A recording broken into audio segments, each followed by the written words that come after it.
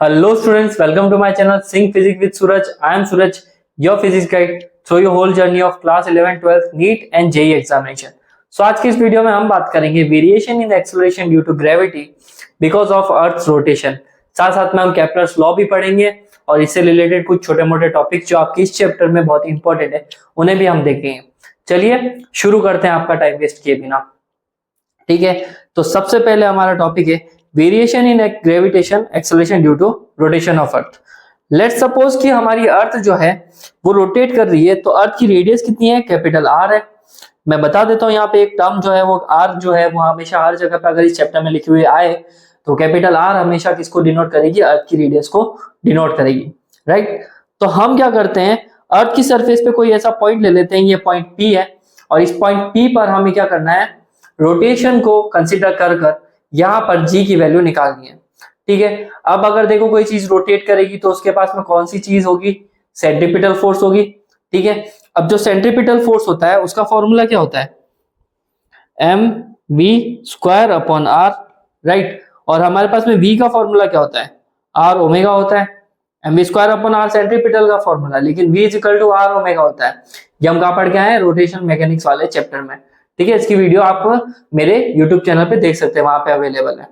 सो m bracket में लिख देंगे हम आर ओमेगा और इसका स्क्वायर, तो अपन आर भी आ रहा है, राइट। तो जब तुम इसे सॉल्व करोगे तो तुम्हें क्या मिलेगा? सॉल्व करने के बाद में देखो इसका स्क्वायर हो जाएगा m R square omega square upon R, तो आर से ये कट गया। तो तुमने नोटिस करा हो सेंट्रीपिटल फोर्स का formula M V square R से बदल के किस में आ गया है? एम आर ओमेगा स्क्वायर पे। ठीक है, एम आर ओमेगा स्क्वायर कैसे आया है अभी बताया था मैंने। आपको कुछ नहीं करना है, M V square upon R है, आर की वी की जगह पे क्या रखोगे? आर ओमेगा रख दो, उसका स्क्वायर हो रहा है। तो ये हम जब सॉल्व करेंगे तो ये M R square omega square upon R, R से स्क्वायर कट गया तो एम आर ओमेगा स्क्वायर हमारे पास में क्या आई? सेंटीमीटर की वैल्यू आई। तो हाँ, मैं कह रहा था कि यहाँ पर जो है हमारे पास में अर्थ है, इसकी रेडियस है आर, और ये जो हमने एक पॉइंट पी कंसीडर करा है ये सेंटीमीटर फोर्स से घूम रहा होगा, तो इसका सेंटीमीटर फोर्स क्या है? M R omega square. Done जी, यहाँ तक तो ठीक है। अब देखो हमने जो पॉइंट कंसीडर करा है ये अर्थ की जिस पॉइंट पे है वहां पर अगर हम एक इमेजिनरी सर्कल को क्या करें? ड्रॉ करें। यहाँ पे इमेजिनरी सर्कल को ड्रॉ करें तो इसकी रेडियस क्या है? स्मॉल आर दे रखी है, इसकी रेडियस क्या होगी? स्मॉल आर होगी, ध्यान रखना। ठीक है, और हम अर्थ के सेंटर ओ से लेकर इस पॉइंट पी तक का जो डिस्टेंस है वो जो बन रहा है उसके वहां पे उसने क्या बनाया? थीटा एंगल बनाया। ठीक है, ओ से पी तक, ओ से पी जो है ना लाइन है हमारी, वो हमारा अर्थ की रेडियस ओपी जो है हमारे रेडियस आर के साथ कितना एंगल बना रही है? थीटा एंगल क्रिएट कर रही है। ठीक है जी, थीटा एंगल क्रिएट कर रही है। अब एक लाइन हम यहाँ पे भी कंसीडर कर लेते हैं और एक लाइन ऑलरेडी ये कंसीडर कर रखी है, तो तुम्हें पता है अल्टरनेट एंगल्स बन रही है। ये z बन रहा है यहाँ पे, ये z बन रहा है यहाँ पे। तो if this one is z तो यहाँ पे ये थीटा है तो ये भी थीटा है। थीटा थीटा इक्वल है, अल्टरनेट एंगल्स हो गए हमारे पास में। अर्थ की रेडियस आर है और ये हमारा स्मॉल आर है और ये सब कुछ हमारे पास में डिस्टेंस है, तो हमारा सेंट्रीपिटल फोर्स हो गया एम आर ओमेगा स्क्वायर। ठीक है, क्योंकि एम आर ओमेगा स्क्वायर सीधा है बाहर की तरफ। देखो एम आर ओमेगा स्क्वायर किधर लग रहा है? इस तरफ लग रहा है, लेकिन इस पे ग्रेविटी किधर लगेगी? नीचे की तरफ लगेगी, एम जी, और इधर क्या है? एम आर ओमेगा स्क्वायर है। ठीक है, तो अब बताओ क्या यहाँ पे कंपोनेंट नहीं बनेंगे? जरूर बनेंगे। यहाँ पे है ना, इस एम आर ओमेगा स्क्वायर के दो कंपोनेंट बन रहे हैं। अगर ये थीटा है तो this one is also theta because of this one is also theta because of vertically opposite angle.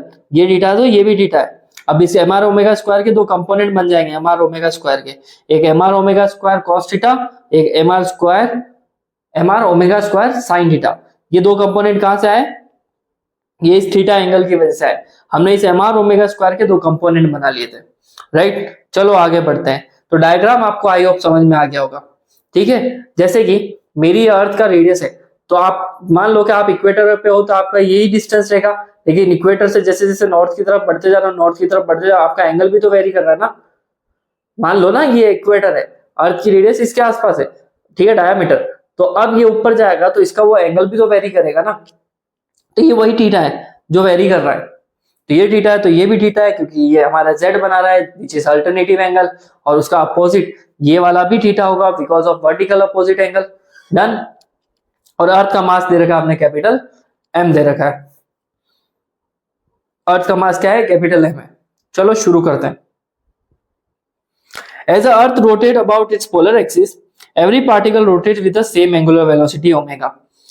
तुम अभी कहां पे हो, किस स्टेट में हो, किस डिस्ट्रिक्ट में हो, किस कंट्री में हो, कोई मैटर नहीं करता है। हर एक पार्टिकल अर्थ का सेम एंगुलर वेलोसिटी से रोटेट करेगा, क्योंकि अर्थ हर जगह पे सेम स्पीड से घूमती है। तो सबके लिए क्या है? ओमेगा। ये ओमेगा हो गया। Let the radius of earth is R, वो ऑलरेडी हमने रेडियस को आर ही मान लिया। A particle of mass small M is kept at a P describing a circle of radius R. यहाँ पे हमने पी पॉइंट पे ना एम मास का क्या रख रखा है? ऑब्जेक्ट। मान लो कि कार खड़ी है, तो वो कार अर्थ के रिस्पेक्ट में एक छोटा सा एम मास का ऑब्जेक्ट है। जैसे जैसे घूम रहा है तो वहां पे उसके ऊपर ओमेगा वेलोसिटी लग रही है, उसका सेंट्रीपिटल फोर्स क्या होगा? एम आर ओमेगा स्क्वायर होगा। क्या होगा? M R omega square. ये अभी निकाला था मैंने। डन है जी, डन। चलो अब देखो आगे क्या करना है हमें? ट्राइंगल में cos थीटा लेना है। तो ट्राइंगल ओपीएम, इस डायग्राम में देखो ट्राइंगल कहाँ है? OPM, OPM. ये चमकीला चमकीला जो आपके लिए बनाया है, ये ओपीएम हमारा क्या है? ट्राइंगल है। अब ट्राइंगल में cos थीटा आएगा। cos थीटा होता है बेस अपॉन हाइपोटेन्यूस। तो इस ट्राइंगल में हमारे पास में बेस अपॉन हाइपोटेन्यूस कहां से लाएं? तो बेस हो जाएगा हमारे पास में क्या? एमपी, और हाइपोटेन्यूस क्या हो जाएगा हमारा? ओपी। MP upon OP. तो एमपी हमारा स्मॉल आर दे रखा है, ओपी हमारा कैपिटल आर दे रखा है। डायग्राम में दिख रहा है ये कैपिटल आर। ओपी क्या है हमारा? कैपिटल आर है, और एमपी हमारा क्या है? स्मॉल आर है। तो बेस अपॉन हाइपोटेन्यूस हमने लगा लिया, तो स्मॉल आर की वैल्यू मिल जाएगी हमारे पास में R is equal to R cos theta. Done जी। अब निकालना है हमें अपेरेंट वेट। अपेरेंट वेट क्यों निकालना है? देखो अर्थ की ग्रेविटी जो होती है हर एक ऑब्जेक्ट पे सेम ग्रेविटी लगाती है, लेकिन because of the variation of a rotation, because of the unbalance forces और बहुत सारे फोर्सेस होने की वजह से अर्थ पे हर एक अलग अलग जगह पे जी की वैल्यू अलग अलग वेरी होती है, और जी की वैल्यू अलग अलग वेरी होने की वजह से क्या होता है? अपेरेंट वेट, मतलब वेट में माइनर से माइनर थोड़ा सा चेंज तो आता है। ठीक है। अच्छा ये भी नहीं तो ये समझ लो कि अगर एस्ट्रोनॉट अगर यहाँ से रॉकेट में बैठ के ऊपर जा रहा है तो अर्थ की ग्रेविटी 9.8 ऊपर जाते जाते कम होती है, और जब कम होती है तो उसका वेट भी, उसको ऐसा फील होता है कि उसके ऊपर ग्रेविटी कम लग रही है, और वो हल्का फील करता है, हल्का महसूस करता है। इसे अपेरेंट वेट बोलते हैं। ठीक है। तो अपेरेंट वेट एक्चुअल में क्या होता है? अर्थ जितना पुल कर रही है, ठीक है, वो तो है ही हमारे पास में। अर्थ की वजह से हमारे ऊपर एक फोर्स भी लग रहा है mg, वो भी हमारे पास में। ठीक है। अब अर्थ की mg जो है वो अलग अलग जगह पे अलग अलग होगी। मेरी बात समझ रहे हो तुम?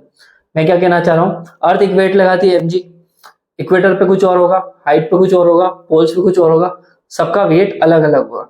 तो अपेरेंट वेट निकालने का ये तरीका है कि आपका जो भी जिस जगह पे वेट निकालना है, टोटल वेट में से आपके कंपोनेंट को माइनस कर लो।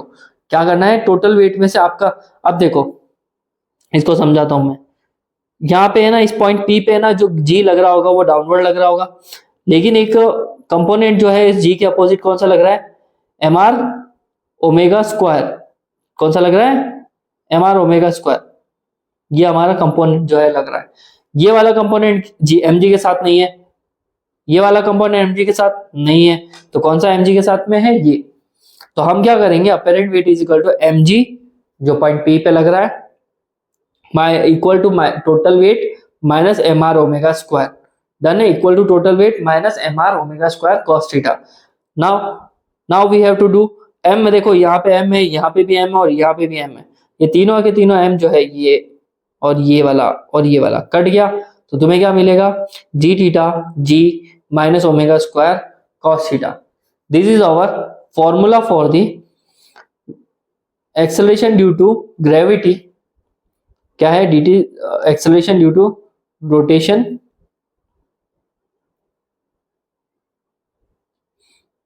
Because of rotation acceleration due to gravity क्या है हमारे पास में? ये है। तो G theta is equal to G omega square R cos square theta. Sorry यहाँ पे मैंने cos स्क्वायर थीटा लिख दिया, एक्चुअल में cos स्क्वायर थीटा नहीं आएगा, यहाँ पे हमारे पास में सिर्फ आएगा थीटा। ठीक है, तो g theta is equal to g minus omega square. Done है, क्लियर है। चलो, this is our final formula, acceleration due to gravity. ठीक है, वेरिएशन जो भी हो रहा है बिकॉज ऑफ रोटेशन, उसका ये फाइनल फॉर्मूला है, G theta is equal to G minus omega square R cos theta. अगर पोल्स पे जाएंगे तो देखो कोई चीज जो है यहाँ से रोटेट करती करती करती करती करती करती करती करती करती पोल पे चलेगी।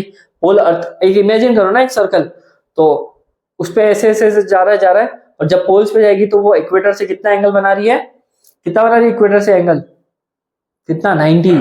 तो 90 हम पुट करेंगे, cos 90 जो होता है वो 0 होता है, और जब cos 90 की वैल्यू 0 है तो हमारे पास में जी थीटा किसके बराबर आ जाएगा, जी के, क्योंकि ये वाली टर्म तो पूरी की पूरी कैंसिल आउट हो जाएगी, cos 0 है ना, 0 की वजह से। लेकिन रही बात इक्वेटर पे, तो थीटा इज इक्वल टू 0 और cos 0 आएगा तो 1 हो जाएगा। इक्वेटर पे तो देखो ऐसे करते करते 90 करने की भी जरूरत नहीं, वो तो वैसे भी वहीं पे रहेगा। तो इक्वेटर पे कितना रहेगा, cos थीटा 1, तो ये हमारे पास में वैल्यू आ गई, और हम यहाँ से क्या कर सकते हैं, पर्टिकुलर वैल्यू को रख देंगे। और जब वैल्यू रखोगे तो तुम्हारे यहाँ पे ये टर्म 0 नहीं हो रही है, 0 नहीं हो रही है, तो 0 नहीं हो रही है तो यहाँ पे दिख रहा है ना जी के अंदर से कुछ माइनस हो रहा है, तो वैल्यू ऑफ जी 9.8 में से अगर कुछ माइनस होगा तो वैल्यू कम होगी। तो इक्वेटर्स पे ध्यान रखना, जी की वैल्यू होती है मिनिमम, और पोल्स पे जो जी की वैल्यू होती है वो होती है मैक्सिमम। इसीलिए सारे स्पेस सेंटर्स जो होते हैं, नासा का स्पेस सेंटर हो गया, इलॉन मस्क का हो गया, इंडिया का श्री सतीश धवन हरीश, वो जो हमारा क्या कहते हैं श्री सतीश धवन केंद्र जो है हमारा, वो भी हमारा कहाँ है, साउथ इंडिया में। और जब ये साउथ इंडिया में है तो सीधी सी बात है वहां पे भी इक्वेटर के पास में ही हम जा रहे हैं। ठीक है, तो इस तरह से हमारी जी की वैल्यू वेरी करती है। तो यहाँ पे 0 मैक्सिमम मिनिमम, सरफेस पे मैक्सिमम होगी पोल्स के आसपास, सेंटर में 0, हाइट पे भी मिनिमम रहेगी। ये ध्यान रखना, इसमें देखो मैं अगर बात करूं तो कहाँ कहाँ पे मिनिमम रहेगी, एक तो इक्वेटर पे मिनिमम रहनी चाहिए, एक हाइट पे मिनिमम होगी, एक डेप्थ में मिनिमम होगी, और हमारे सरफेस पे जो होगी वो क्या होगी, सरफेस पे मैक्सिमम वैल्यू इसकी मिलेगी हमें। डन है, तो बस इसके लिए ये सेंटर से धीरे धीरे जी की वैल्यू बढ़ती रहती है बढ़ती रहती है बढ़ती रहती है, फिर उसके बाद में वो वैल्यू गिरती रहती है गिरती रहती है गिरती रहती है। तो सरफेस तक वो आएगी तो कांस्टेंट रहेगी, लेकिन सरफेस के बाद मैक्सिमम रिड्यूस ही होगी वो। डन है, क्लियर। चलो अब थोड़ा सा तुम्हें एक कॉमन सेंस वाला छोटा सा टॉपिक करवा लेते हैं, मास और वेट में फर्क क्या है। बहुत से बच्चे स्टिल इसमें कंफ्यूज होते हैं, मास और वेट में फर्क क्या है। ठीक है, चलो, तो मास क्या होता है, it is a quantity of a matter contain in a body. Body के अंदर कितना मटेरियल भरा हुआ है, कितना पार्टिकल्स भरे हुए हैं, उसे हम क्या बोलते हैं, मास। लेकिन it is the attractive force exerted by the earth, earth की वजह से क्या फोर्स लग रहा है उसे हम क्या बोलते हैं, वेट बोलते हैं। अब देखो वेट अलग अलग जगह लग सकता है अलग अलग तरीके से, क्योंकि मार्स जो होगा वो आप पे अलग ग्रेविटी लगाएगा, मून जो होगा वो अलग ग्रेविटी लगाएगा, अर्थ अलग लगा रही है, सन अलग लगाएगा, जुपिटर अलग लगाएगा, तो वेट की वैल्यू वेरी कर सकती है। लेकिन तुम यहाँ से किसी भी प्लेनेट पे जाओ, क्या तुम्हारे अंदर का भरा हुआ कंटेंट चेंज होगा क्या, नहीं। तो मास चेंज नहीं होता है, वेट चेंज होता है ग्रेविटी के साथ में, ये चेंज नहीं होगा। एक its value does not change with the G, G की वैल्यू बदलने से इसमें कोई फर्क नहीं पड़ता है, लेकिन वेट की वैल्यू जी की वैल्यू बदलने से फर्क पड़ता है, क्योंकि वेट का जो फॉर्मूला होता है W is equal to mg होता है।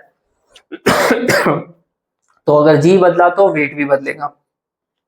Third point, it value can never be 0 for any material particle, किसी भी चीज का मास 0 नहीं हो सकता। तुम अगर इलेक्ट्रॉन की भी बात करोगे तो उसका भी मास है, ठीक है। अगर तुम छोटे एलिमेंट्री पार्टिकल्स की बात करोगे तो उनका भी मास है। तो इन द सेंस मास कभी किसी का 0 नहीं होता है, बट वेट कैन बी 0। जहां पे जी की वैल्यू 0 है वहां पे W भी 0 हो जाएगा। स्पेस में एस्ट्रोनॉट जो फील करते हैं वो जी, उन पे अगर जी लगाओ ही ना तो सीधी सी बात है क्या होगा, 0 हो जाएगा। इसकी यूनिट जो होगी किलोग्राम में होती है, इसका डायमेंशन m होता है, लेकिन वेट की यूनिट जो होती है वो न्यूटन होती है, और इसका डायमेंशन जो होता है m1L1T-2। जो वेट का डायमेंशन है वो फोर्स के डायमेंशन से सेम टू सेम मैच करता है। It is determined by the physical change, physical change कितना आ रहा है उससे डिटरमाइन कर सकते हैं, ठीक है। एग्जांपल के लिए बर्फ है, बर्फ थोड़ी सी पिघल के मेल्ट हो गए, फिर बाद में बर्फ को उठा के हमने वेट वो किया, मेजर किया, तो उसका मास कम हो गया क्योंकि पार्टिकल्स निकल चुके हैं उसमें से। लेकिन लेकिन अगर हम बात करें वेट की, तो इसको हम किससे मेजर करते हैं, कैसे डिटरमाइन करते हैं, स्प्रिंग बैलेंस से डिटरमाइन करते हैं। स्प्रिंग बैलेंस जो होता है ना तोलने के लिए, उससे हम इसको डिटरमाइन करते हैं। हुक लगा रहता है, उसमें लटका देते हैं चीजों को, फिर ऐसे तोलते हैं।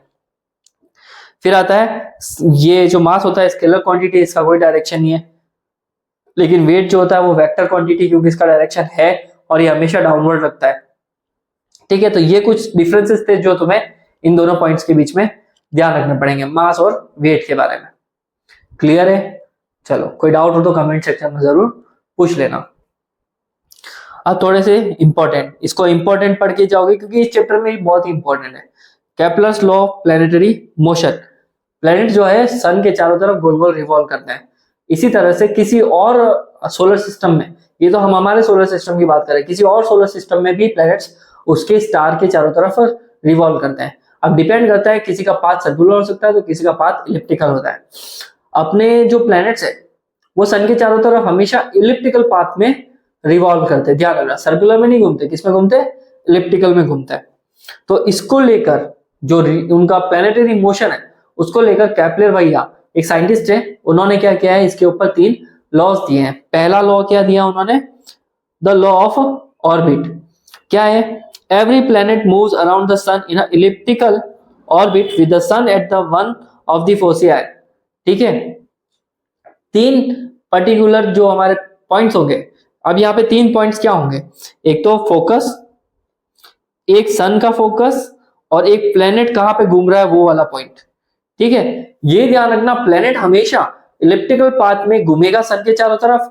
2 फोकस हो सकते हैं सन के, फोकस 1 एंड फोकस 2, मतलब सन इधर उधर मूव हो सकता है लेकिन प्लेनेट उसके चारों तरफ इलिप्टिकल में ही घूमेगा। ये केपलर ने पहला दिया था। दूसरा दिया था केपलर का लॉ, कि the law of area. Law of area क्या होता है, इसको अच्छे से पढ़ते हैं। The line joining the sun to the planet sweeps out equal areas in equal interval of time. Planet जो होंगे हमारे हर पॉइंट से गुजरेंगे। अगर मेरे पास में इलिप्टिकल है, जैसा इस डायग्राम में तुम क्लियरली देख सकते हो, ये इलिप्टिकल में गोल गोल गोल गोल घूम रहा है। अब इस इलिप्टिकल में एक पार्टिकल इस पॉइंट से लेकर इस पॉइंट तक गया है, थोड़ी देर बाद में पार्टिकल इस पॉइंट से लेकर इस पॉइंट तक आएगा। डन। मैं इनके नाम दे देता हूं, एक काम करता हूं, ए से बी, ए से बी सी डी। ठीक है, ये प्लेनेट ए टू डी गया है, ए टू डी गया है, तो उसने एरिया क्या कवर किया, एरिया 1। और जब वो बी से सी गया था, एरिया क्या कवर किया उसने, 2। तो एरिया 1 और एरिया 2 कवर किया था। केपलर लॉ ये कहता है कि अगर वो एरिया 1 को एक अलग टाइम में कवर करता है और एरिया 2 को एक अलग टाइम में कवर करता है, वो दोनों टाइम इंटरवल अलग नहीं होंगे, क्योंकि वो एरिया सेम इक्वल कवर करेगा और सेम टाइम में कवर करेगा। बात समझ में आ रही है? चाहे प्लेनेट यहाँ पे भी रिवॉल्व क्यों ना कर रहा हो, ये जो एरिया कवर करेगा वो सेम इंटरवल ऑफ टाइम में करेगा जितना उधर किया है। उसका हर जगह पे एरिया सेम होगा, हर जगह पे उसका टाइम पीरियड क्या होगा, सेम। यहाँ पे लिखा हुआ है, the line joining the sun to the planet sweeps out the equal areas in a equal interval of time. Interval of time भी क्या होना चाहिए, सेम। तो एरियल वेलोसिटी उसकी फिक्स रहती है। ठीक है, सन के पास में है तो थोड़ा तेजी से घूम के कवर करने की कोशिश करेगा, दूर है तो जल्दी, मतलब वो अपना जो काम है कि भाई मुझे हर जगह पे एरिया इक्वल टाइम में ही कवर करना, तो वो इक्वल टाइम में ही कवर करेगा एरिया। ठीक है, इसका निकालते हैं कैसे आता है ये फॉर्मूला। तो suppose the sun is at the origin, मानो कि सन ओरिजिन पे दिख रहा है क्लियरली। ठीक है, सन हमारा कहाँ है, ओरिजिन पे, ये पॉइंट है हमारा ओरिजिन। डन, सन हमारा ओरिजिन पे रखा हुआ है। The position of the planet is denoted by R and its momentum is denoted by the P. ये डायग्राम में विजिबल है, प्लैनेट की पोजीशन ए से लेकर सी तक क्या डिनोट कर रखी है, आर। और इस प्लैनेट के मोमेंटम की बात कर रहे हैं तो मोमेंटम को किससे ले लिया, पी से ले लिया हमने। डन है, डन है। ठीक है, चलो आगे निकलते हैं। तो अब हमें एरिया निकालना है। तो ये दिख रहा है सामने, तो एक ट्राइंगल बन चुका है। इसको अगर मैं शेडेड करूं तो दिस इज ओवर ट्राइंगल। इतना क्या कवर कर रहा है उस प्लेनेट ने, एरिया कवर करना है, हमें वो एरिया निकालना है। तो ऑटोमेटिक हमें पता पड़ जाएगा क्या सीन है। तो एरिया इज इक्वल टू, अब एरिया निकालने के लिए मुझे ये ट्राइंगल का क्या निकालना है, एरिया। और ट्राइंगल का एरिया का फॉर्मूला आता है 1/2 बेस इंटू हाइट। बेस हो गया हमारा क्या, आर, ये लिखा हुआ है आर। हाइट क्या हो जाएगी, हाइट निकालने के लिए मुझे बीसी निकालना पड़ेगा, ठीक है। तो इसका सिंपल सा है भाई, देखो velocity is equal to distance upon time, तो distance is equal to velocity into time. Done, velocity into time. तो यहां से वेलोसिटी इंटू टाइम हमने यहाँ पे लिख लिया है। तो 1/2 ये हो गया, आर भी हो गया बेस, और हाइट भी हमारे पास में आ गई है, ठीक है, क्लियर है। अब हम क्या करेंगे, ये जो dt है, इस dt को हम कहाँ रखेंगे, इस dA के डिनोमिनेटर में रख देते हैं। dt को कहाँ रखेंगे, इसके डिनोमिनेटर। तो dA अपॉन dt जो आया है हमारा, वो आया 1/2 r into v, which is equation number 1, right. We also know that कि p is equal to mv होता है। मोमेंटम का फॉर्मूला सबको पता है, p क्या होता है हमारे पास में, mv होता है। तो यहाँ से हम v भी तो निकाल सकते हैं, p अपॉन m कर p अपॉन m करेंगे तो वेलोसिटी मिल जाएगी हमें। तो जैसे ही वेलोसिटी रखी है, वेलोसिटी की वैल्यू रखी है, तो हमारे पास फाइनल फॉर्मूला है dA by dt is equal to 1/2 r multiply by momentum upon m। तो दिस इज ओवर क्या हो गया, this is over what, normal formula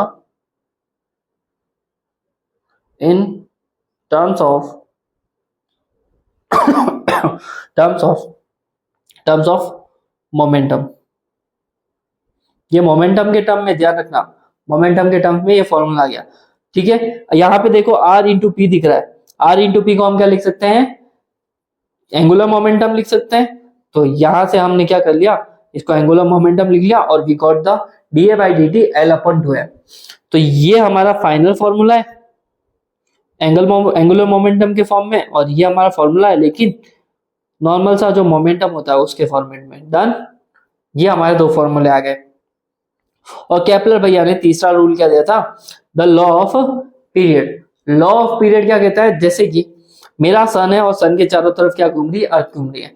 तो अर्थ घूमते घूमते रिवॉल्यूशन करेगी, उसका एक टाइम पीरियड होगा, ठीक है। उस टाइम पीरियड को मान लेते हैं प्लेनेट का टाइम पीरियड। और अर्थ इसके चारों तरफ जब घूमेगी तो दो एक्सिस में घूमेगी, ये तो सेमी माइनर एक्सिस, और एक एक्सिस क्या होगी, सेमी मेजर एक्सिस। इलिप्स जो होता है पर्टिकुलर क्या होता है, परफेक्ट रेडियस तो मिलती नहीं उसकी, छोटी रेडियस को बोलते हैं सेमी माइनर, और जो बड़ी रेडियस होती है उसे सेमी मेजर एक्सिस। ये सेमी मेजर एक्सिस ये हो गई, सेमी माइनर एक्सिस ये हो गई। तो लॉ ऑफ पीरियड क्या कहता है, the square of period of revolution of any planet around the sun is directly proportional to the cube of semi major axis. तो ये कहता है कि हमारा जो टाइम पीरियड है उसका स्क्वायर सेमी मेजर एक्सिस के क्यूब के क्या होगा, बराबर होगा। वापस रिपीट कर रहा हूं, टाइम पीरियड का स्क्वायर सेमी मेजर एक्सिस के क्यूब के बराबर होगा। This is our planetary motion, लेकिन उसमें पीरियड का फॉर्मूला है, पीरियड मतलब टाइम पीरियड का फॉर्मूला है। चलो मानते हैं कि जो ऑर्बिट कवर कर रहा है डिस्टेंस, वो उसकी सर्कमफ्रेंस ले लेते हैं, d is equal to 2πa। और एक ऑर्बिट कवर कर रहा है तो हम क्या लेते हैं, कैपिटल T। 2πa उसका सर्कमफ्रेंस हो गया, और उसने है ना t टाइम इंटरवल में कंप्लीट किया है। तो velocity is equal to distance upon time, ठीक है। डिस्टेंस हो गई 2πa, टाइम पीरियड हो गया t, इक्वेशन नंबर आ गई हमारे पास में 1, ठीक है। फिर तुमको पता है सर्कुलर मोशन अगर करेंगे तो हमारे पास में कौन सा फोर्स लगेगा, सेंट्रीपिटल फोर्स।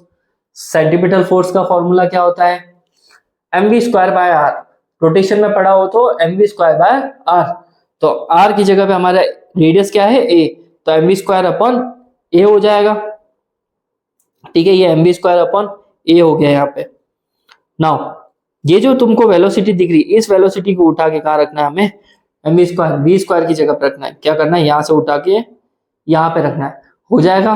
जब तुम यहाँ पे रखोगे तो ये हो जाएगा हमारे पास में ma upon 2πa upon t का स्क्वायर। डन, इसका स्क्वायर करो तुम्हें क्या क्या मिलेगा, 2 का हो गया 4,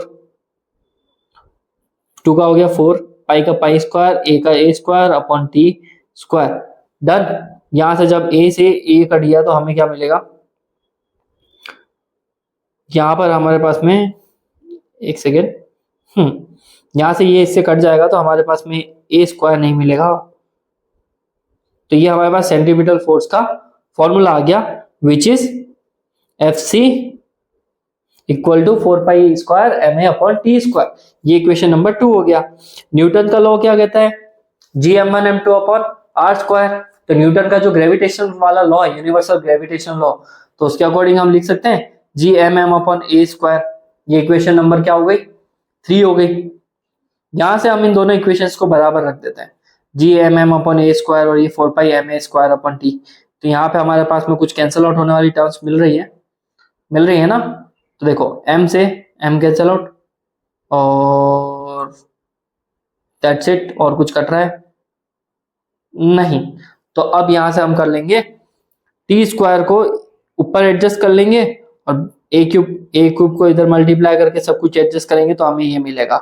यही हमारा क्या है, केपलर का थर्ड लॉ है। और ये बहुत ही इंपॉर्टेंट है, थर्ड लॉ इंपॉर्टेंट है, साथ साथ में सेकेंड लॉ भी इंपॉर्टेंट है केपलर का, जिसको हम क्या बोलते हैं, लॉ ऑफ एरिया। तो 3 लॉ है हमारे पास में, law of orbit, law of area और law of time period. Done. तो तुम्हें क्या करना है, इन तीनों को अच्छे से पढ़ना है, हो जाएगा। आई होप आपको ये समझ में आया होगा। ठीक है, तो thank you for being a part of it. Video पसंद आई है तो लाइक कीजिए, शेयर कीजिए और कमेंट जरूर कीजिएगा। और कलरफुल नोट डाउनलोड करने के लिए इसे स्कैन कर लीजिए। और बढ़िया है, आज की इस वीडियो में इतना, आपको अच्छे से समझ में आया होगा आई होप। और हमारी हेल्प करना चाहे तो आप कर सकते हैं इस QR कोड को स्कैन करके, ताकि हम और भी अच्छे अच्छे कंटेंट आपके लिए लेके आ सके। तब तक के लिए बाय बाय।